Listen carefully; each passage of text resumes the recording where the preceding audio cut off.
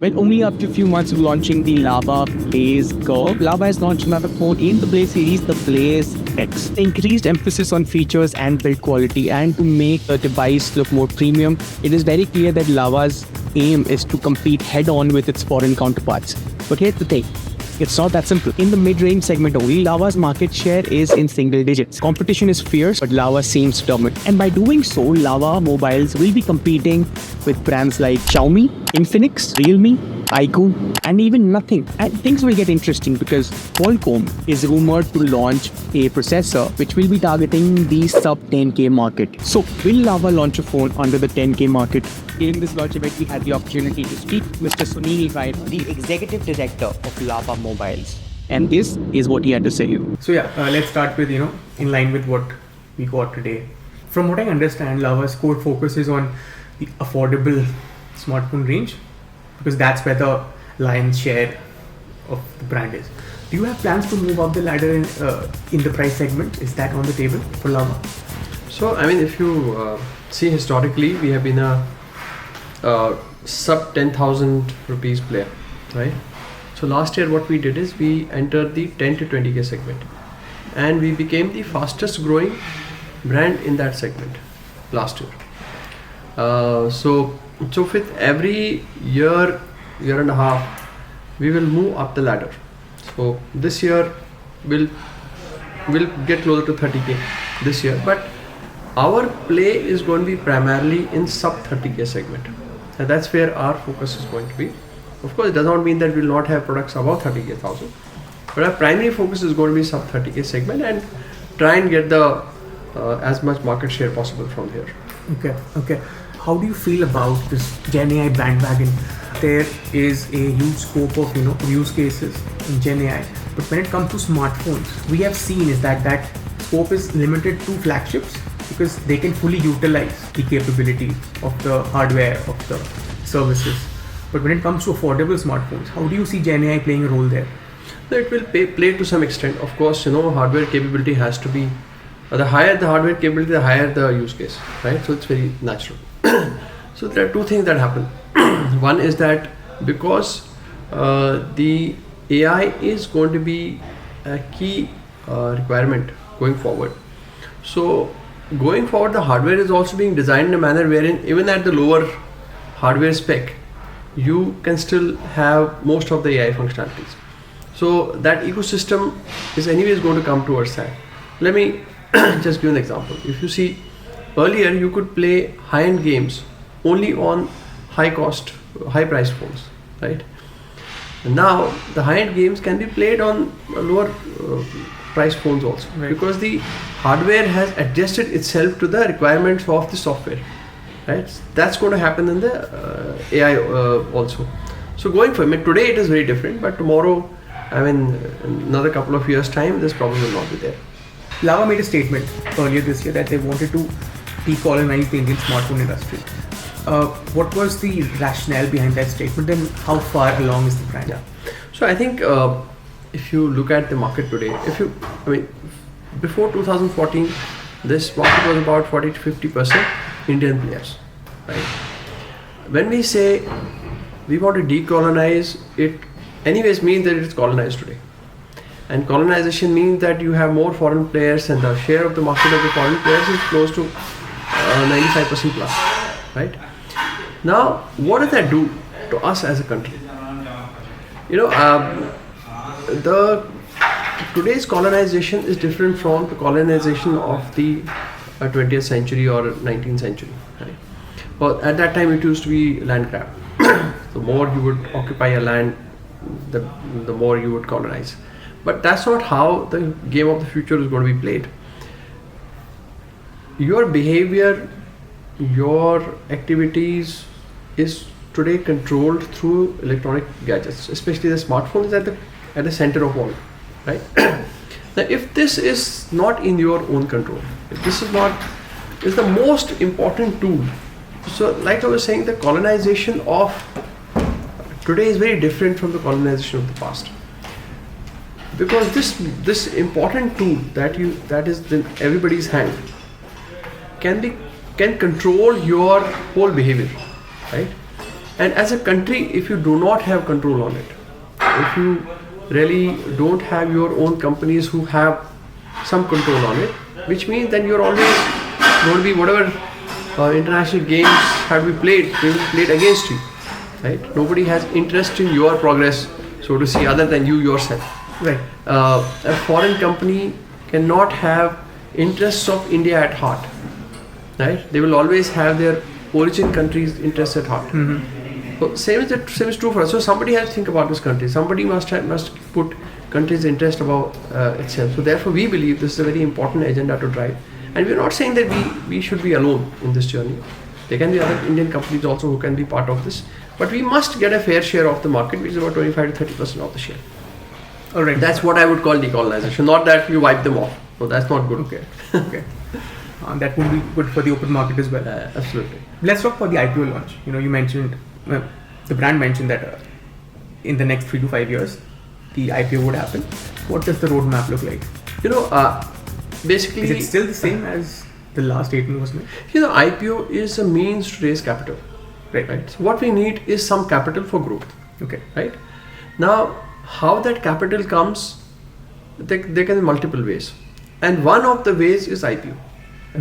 So basically, we need capital for scaling up, right? Because we've seen a lot of traction. Consumer acceptance has gone up. Our products have really scaled themselves to really compete with the foreign players. But there's one couple of delta points that we have versus our competitors. One is, of course, your R&D still can improve, and second is your brand delta, because the amount of money that our competitors have spent on the brand building is huge, right? So these are two areas which we want to fix in the shorter term. For that, we need some capital, which we have earmarked about 500 to 600 crores that we need maybe in the next 1 year's time. That can come through any route. So IPO is a very big tool in that, because then you're not dependent on anybody. But the PE route is another route, right? Wherein private equity guys can come into the company and pump in money. So it doesn't matter, honestly speaking. The immediate term, we need capital, which can come through PE route or through IPO route. IPO will not happen in this year for sure, which is what we know, because the process itself takes time for filing and then all of those things. So, but yes, IPO is a serious consideration that we're anyways having, irrespective of what happens on the PE side. This 600 crore figure, this was also the figure mentioned when asked about the market share of Lava. It was said that in the next 2 years, Lava is eyeing 10% market share, and for that they will be, the brand will be investing 500 to 600 crore in research and development. So how is that going?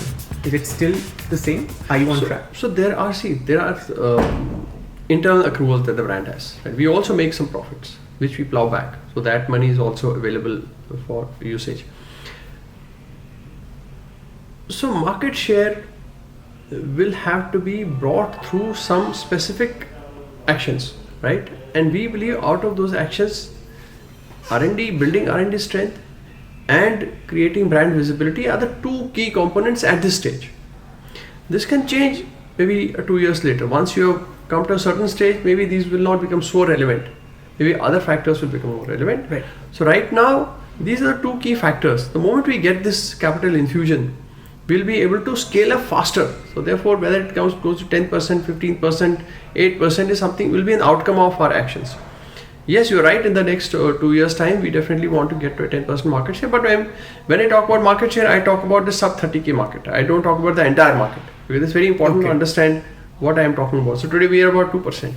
Okay. So we want to go from 2% to 10%. So the goal is still the same? Yeah, exactly. Okay, got it. When it comes to Indian brands, we have seen in the past. I remember when I was in my bachelor's, I think, so Lava along with Micromax, there were a bunch of Indian brands, then the Chinese brands came in, just swept everything away. What kind of challenges does an Indian brand have to face to get that local traction, and what are you doing to overcome those challenges? Yeah, so I mean, the biggest challenge is behind us now, because when that disruption took place, that was a time when all other Indian companies had to shut, right? Micromax did try to rebrand, but yeah, I mean, it didn't work. I mean, to today the status is that we're the only company in this space. That's the current status. So one of the key challenges that we have been facing is that all other competitors that we have, they have a certain lead over us in terms of capability building. Let's say R&D, for example. So before they entered India, they were already 10-15-year-old companies in China and other places, right? So they anyways had that headway ahead of us. Now the only challenge that we have faced is that now when you want to build your capabilities in India, especially on the R&D side, there are two big challenges. One is that because there is no ecosystem in India, so the skill gap is big. Because if somebody has to build a phone from scratch in India, there is no skill available. The skill is only there in China or in Korea or other places. That's where the phone making capability lies. Right. It is not there in India. So what is the challenge therefore? That if we want to design ourselves, first we have to hire such people. Then they don't know, they don't have the skill. Then you have to skill them to be in a position to build phones, and which is not an easy path. For the other brands, it is that you simply you design there and you have experience of designing, and there's ecosystem also there. You just bring a phone here and launch it here. What happens in India is the sales and marketing job that happens in India. Nothing else happens in India when it comes to other brands. We have to do the whole R&D, we have to design, we have to do manufacturing. Everything has to happen in India. So there's a skill issue that we have faced. That's been the biggest challenge. That's why, and all the plus on top of that, you also have to, because it's not just about hiring people, also skilling them also. And all of this requires capital. Right. That is why it is important for us to raise capital so that these gaps can be filled. As per the reports of FY24, it's clear that exports from China and Vietnam have dropped, and reports also show that India has been able to capture half of that decline, right? Almost half. So it's safe to say that it's a big win for India, because India is gaining on that market share that those two countries dropped. How much is Lava's export in terms of revenue share? See, exports is could be about 20-30% of the total, right? Okay, so that's a key area of focus for Lava? The key focus right now is India market, to be honest, right? And international markets are there. So we already have presence in SAARC countries, some of the SAARC countries. We have some parts of Africa, some Middle East. Then we acquired one company in Latin America also, which takes care of the entire Latin America business. So B Mobile was a company that we acquired 2 years back. Okay. So we have done some organic and inorganic expansion. But we being from India, we believe there's a lot more scope in India, and this is where we are based ourselves, right? And all of us sit in India, so therefore we should be able to make more impact in India before we start making impact in other countries. So it's safe to say that international markets are not a focus for Lava at the moment. In terms of priority, it is number 2 priority. Number 1 priority is India. Number 2 priority is international market. What does the marketing budget for Lava look like? What are the plans for the upcoming launches and for this fiscal? I won't give you the absolute numbers, but I can tell you in financial year 22-23 versus 23-24, we spent 3 times over previous year. In 23-24, our marketing expense was 3 times that of 22-23. Right? So marketing is one area, because also what has happened is we were out of sight for some time, because we first had to fix the product, launch the right quality products to the market. Because every time people would, when they would want to buy a phone, they would say, okay, I want to buy an Indian phone, but they don't match up to the international products. Right? That was a key issue, and we fixed that first. We brought our new products, and our new product lineup, including Agni 2 and other products that we launched, have done very well for us.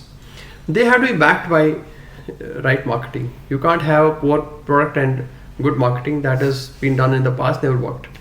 The first requirement was good product, followed by good marketing, which is what we have done the last year. We launched some very good models. We backed them with good marketing, and that has also allowed us to now think about growing. And therefore our smartphone B2C business grew by 250% over the previous year, and this year we intend to double over previous year also. So that's how a combination of good product and good marketing is going to yield. And actually there are 3 parts to marketing also. So a brand, really, if you want to build a brand from where we are, there are three distinct things that we need to do. One is we have to be more visible. I mean, people must know that yes, we are around and we're a brand who they can look at. Second part is building the credibility, because of the past incidents of many things that have happened. There have been attempts by Indian companies to come back into the market and not been successful, and so many companies getting disrupted in 2015, 2016. So there have been a lot of failed attempts that have taken place, because of which the Indian companies lost credibility. So, and every time you try to do something, people wait and watch and see. We don't know how long will they survive, right? That's been the general attitude towards Indian companies, and rightly so, because consumers have their own misgivings about Indian companies. So therefore it's very important to build that credibility back, and that credibility will come from people who really evaluate our products objectively and give an objective assessment to the consumers at large. That's what we have been focusing on, making sure that people who can give objective opinion are able to kind of spread their message to the people. That's what we have done. And then this is the combination that kind of and of course then there is how proud are you about carrying a phone from India. That's something that we are focused on, because we believe that people will feel prouder of carrying an Indian phone than carrying a foreign phone. So, and that therefore our Proudly Indian campaign has been kind of going on for 2-3 years, and making sure that people really start believing that the products that we have, they can feel proud of carrying it. So therefore all our activities are kind of aligned to these objectives. Which one do you use, by the way? I use Lava Blaze Curve right now. Okay. Well, just to tell you, I joined this company in 2010. Okay. And from that day onwards, I have never used any other phone other than Lava phones. I've always used a Lava phone, and I have not used a second phone also. It's not that I've used Lava phone and used another phone additionally along with that. No, I use competition phone only when I need to check, when I need to compare our phone with the competition phone. That's all I use that for. My primary number, I have only one number. I have only one phone which I used. Okay. I don't have 2 numbers. There's only one phone, one number, which is always Lava. That's very interesting. First of all, you mentioned that you need to build back the credibility. Yeah. So are you there? Yeah. Like, have you built back? More people see it that way now. Okay. I mean, every day more people start believing in us more than they were yesterday. Okay. And it's a continuum. It's not something that one day everybody is going to say, yes, you are great. Because it also depends on how many people you are touch, how many people are buying your phones, how many people are talking about your phones after they have purchased the phones. I mean, the credibility does not come by just you saying, yeah, we are credible now. Mm-hmm. Of course, the more you are visible and people will start noticing you. But beyond that, if the users of the current phone don't give a good review of the usage, then of course the credibility will go down, and that's our major focus. Right. Okay. And the segment where you are operating in is a very hyper competitive, super competitive market segment. We have the Realme, we have the Redmi's, we have the phone 2A, and now CMF is also launching their first phone. So everybody has the same strategy. They want to flood the market with all their products and see which one sticks, right? They throw a phone and they see which one sticks. So just a simple question and a very rough question. How far along would you say that Lava phones are in as compared to your foreign competitors in terms of quality, in terms of tech? Yeah, I mean, I can give you my subjective opinion, but I'll not do that. I'll give the objective opinion. Okay. What you need to do is you need to go to Amazon, okay, and compare the ratings, Mm-hmm. because that's a proof of the pudding, right? Right. Nobody needs to really make any assumption about what's happening. And you will see that the star ratings of foreign brands in the same segment versus ours, many segments we are ahead of them, many segments we are equal to them. So, I mean, that should give you an idea about where we stand today. I mean, I can tell you, yes, we are equal or we are better, but I mean, how will you measure that? I am giving you the measurement criteria how to do that. Thank you, Mr. Raina. It was a pleasure chatting with Thank you for taking out the time for this interview.